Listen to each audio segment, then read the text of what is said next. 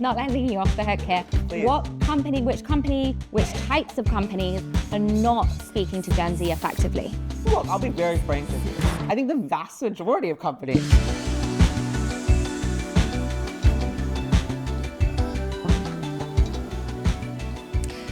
The creator economy is booming, and Bumble just flipped the script. You're watching Fortune Daily. I'm Ellie Austin. So Bumble is dropping the rule that built its brand. For 12 years, the dating app's pitch was simple. In hetero matches, women make the first move. But now, as my colleague Emma Hinchliffe reports, either person can message first, and the app is extending its reply window from 24 hours to 72. This is an example of a company choosing engagement over orthodoxy and acknowledging in the process that dating apps need to evolve to maintain relevance. It also poses a curious leadership quandary, because when a feature that defines your brand starts creating too much friction for customers or becomes outdated, is holding on to the old idea riskier than changing it? Bumble CEO and founder Whitney Wolfe Herd seems to think it is. Next, a Fortune story that may be the most honest AI product of the year. A former Google employee built ChatTJB, a chatbot that looks like AI but has no algorithm, no large language model, and no machine generating its responses. It's just one guy, Tucker Bryant, and a growing community of more than 10,000 volunteers typing back. The project has already received more than 100,000 prompts. Bryant calls it artisanal intelligence. It's a joke, of course, but it also makes a real point. As tech companies spend billions making machines sound more human, people may be discovering that actually they prefer knowing there's an actual human on the other side of the interaction, not just tech. Next up, we are talking to Ziad Ahmed, the head of Next Gen at the talent agency UTA, and he'll share what business gets right and what it gets wrong about Gen Z. Also, senior AI reporter Emily Forlini joins me to share her reporting on OpenAI's back channel for internal friction, and business editor Nick Lichtenberg breaks down Kalshi's newest partnership.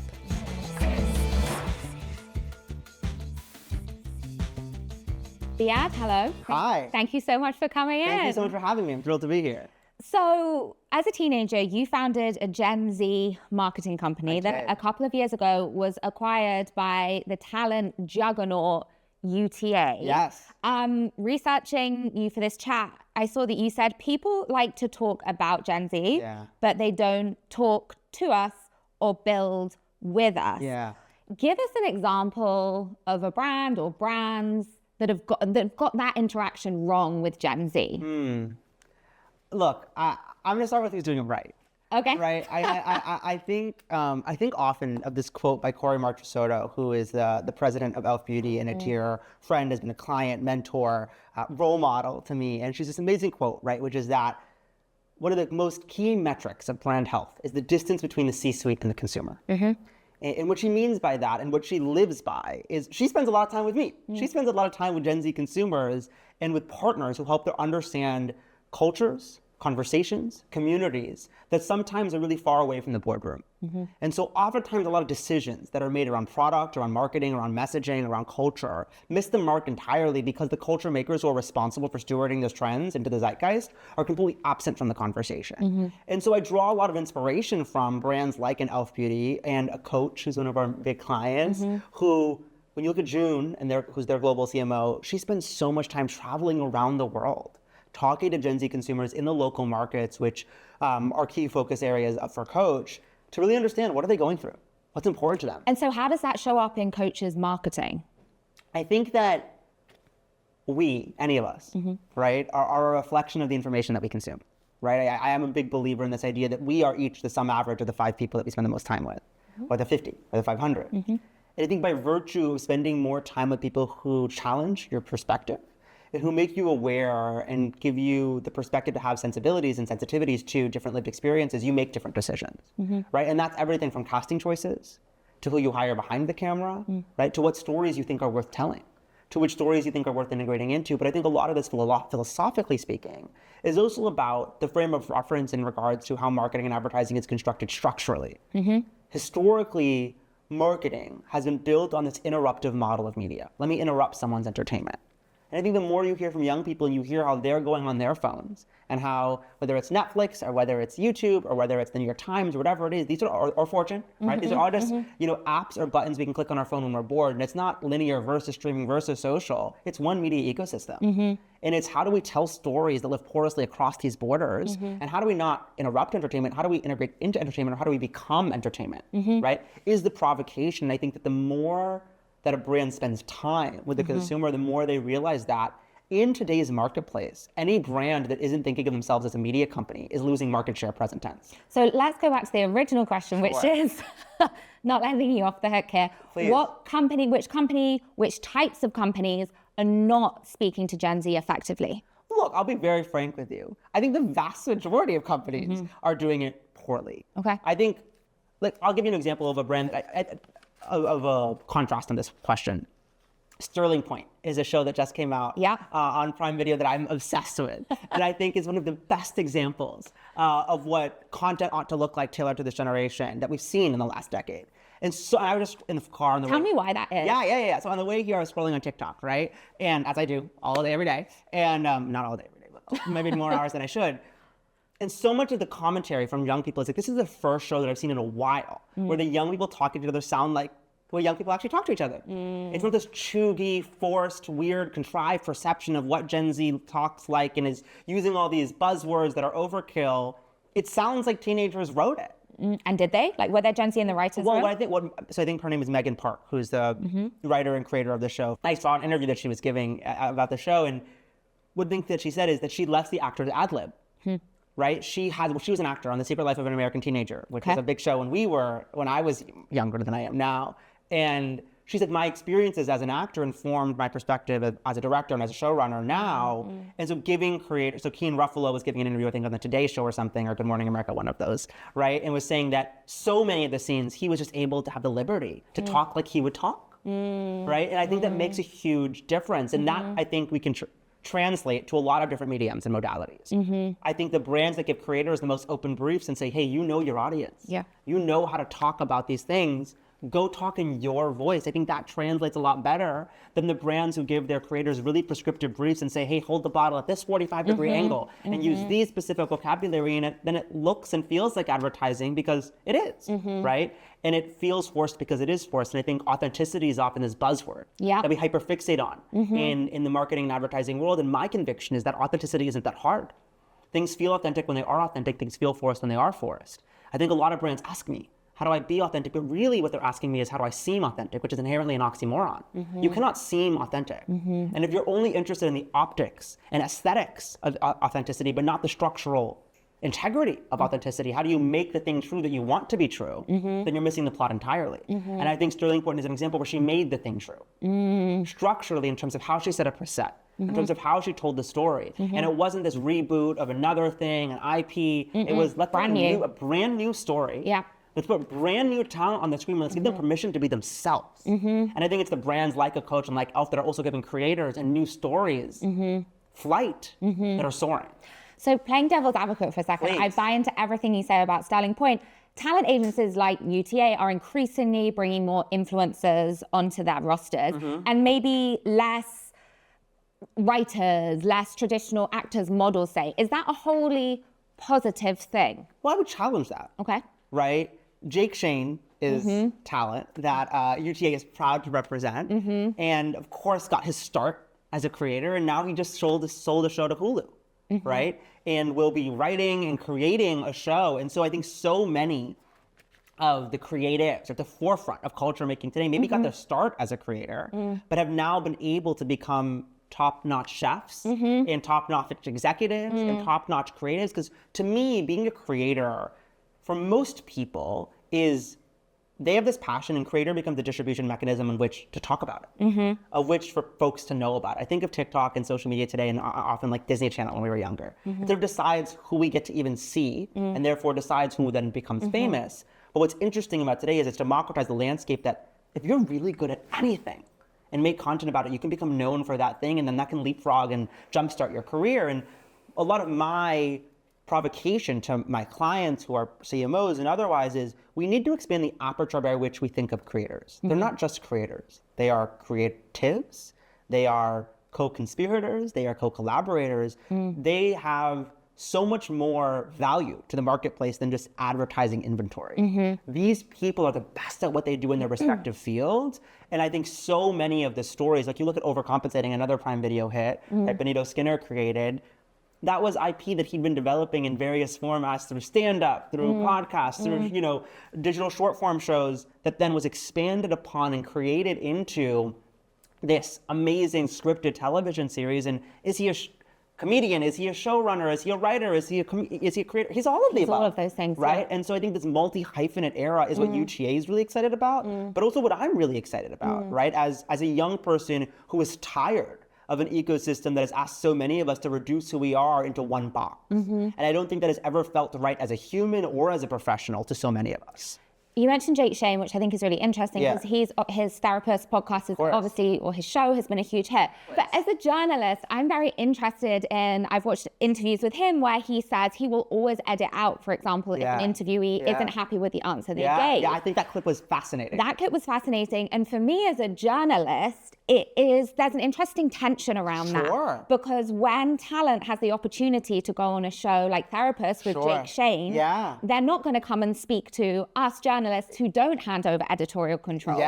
And the audience don't know the difference necessarily between the two types of content. No question. So do you think about the impact of the creator economy on, say, traditional media and journalism and that truth-telling that's embedded in those industries? I mean, I think the answer is unquestionably yes. Of course, as an individual and as a citizen, I am deeply concerned about an era where so many people, this is not just specific to young people, are subject to tremendous amounts of misinformation and some tremendous amounts of complex realities of our modern media landscape that obscure a lot of the rigor that goes into traditional journalism, which is essential for a thriving democracy.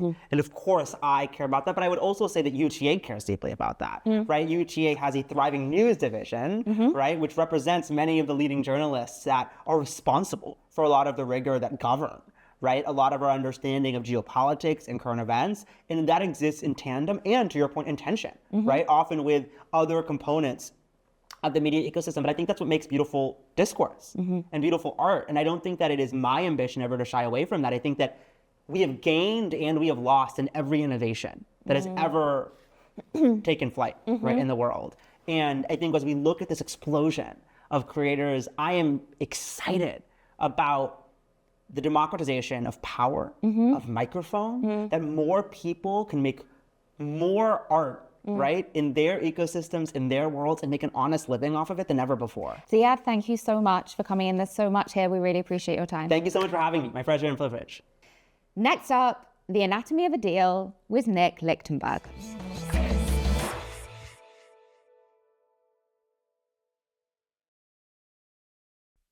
What is hyper-gamblification? I'm not sure if I could totally define it, but the term comes to us from this source I interviewed named Loris Zemansky, and he created Blanket in partnership with Kalshi, which is this small business hedging risk tool. And he published an essay last August that I found on his X.com account about the age of hyper-gamblification. And when I asked him about it, he said it's not part of Blanket and his current work partnering with Kalshi, but he does think that there is a sort of lottery ticket economics at work in the modern age. I asked him if this was related to this thing called financial nihilism, where young people maybe have given up on hope in conventional financial success, so they've embraced things like crypto and things like prediction markets and even retail trading with the meme stocks that we saw 5 years ago. This whole theory around memes and games and gamification, and this hyper-gamblification is what he calls it.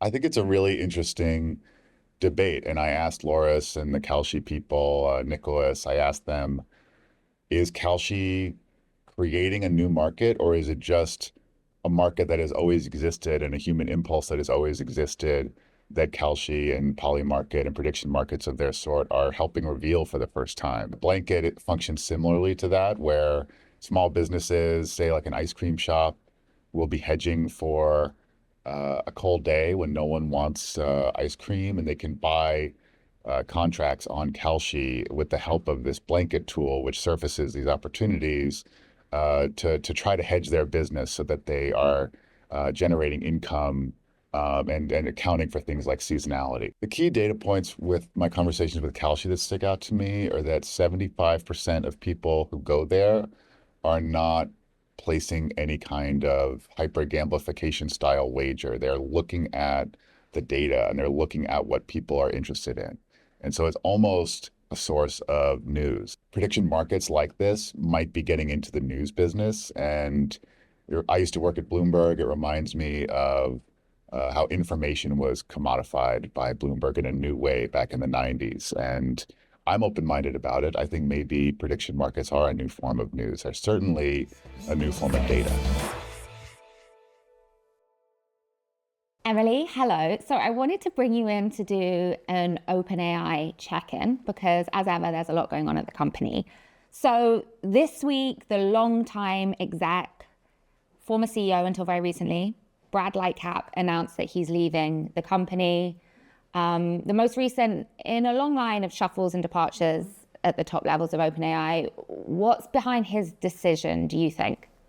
Right, so this is a huge departure. Brad Lightcap joined in 2018, so that's 4 years before ChatGPT became a household name. So he was the early wave.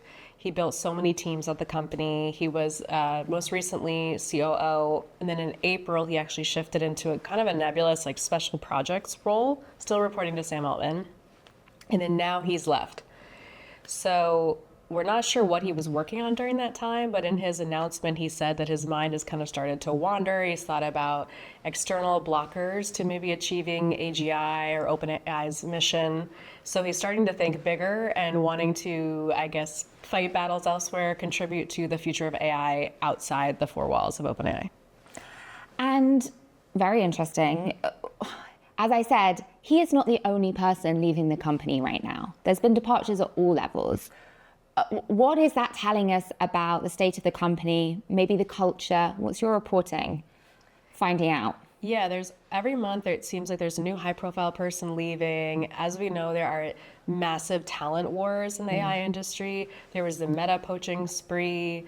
There are companies like Thinking Machines started by former OpenAI employees where they poach people and then they go back to OpenAI. And so there's tons of shifts and movements in the industry.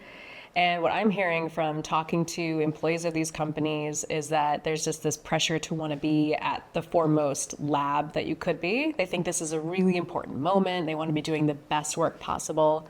And another thing that doesn't get a lot of light is just how much money that they're getting. So the pay packages are enormous.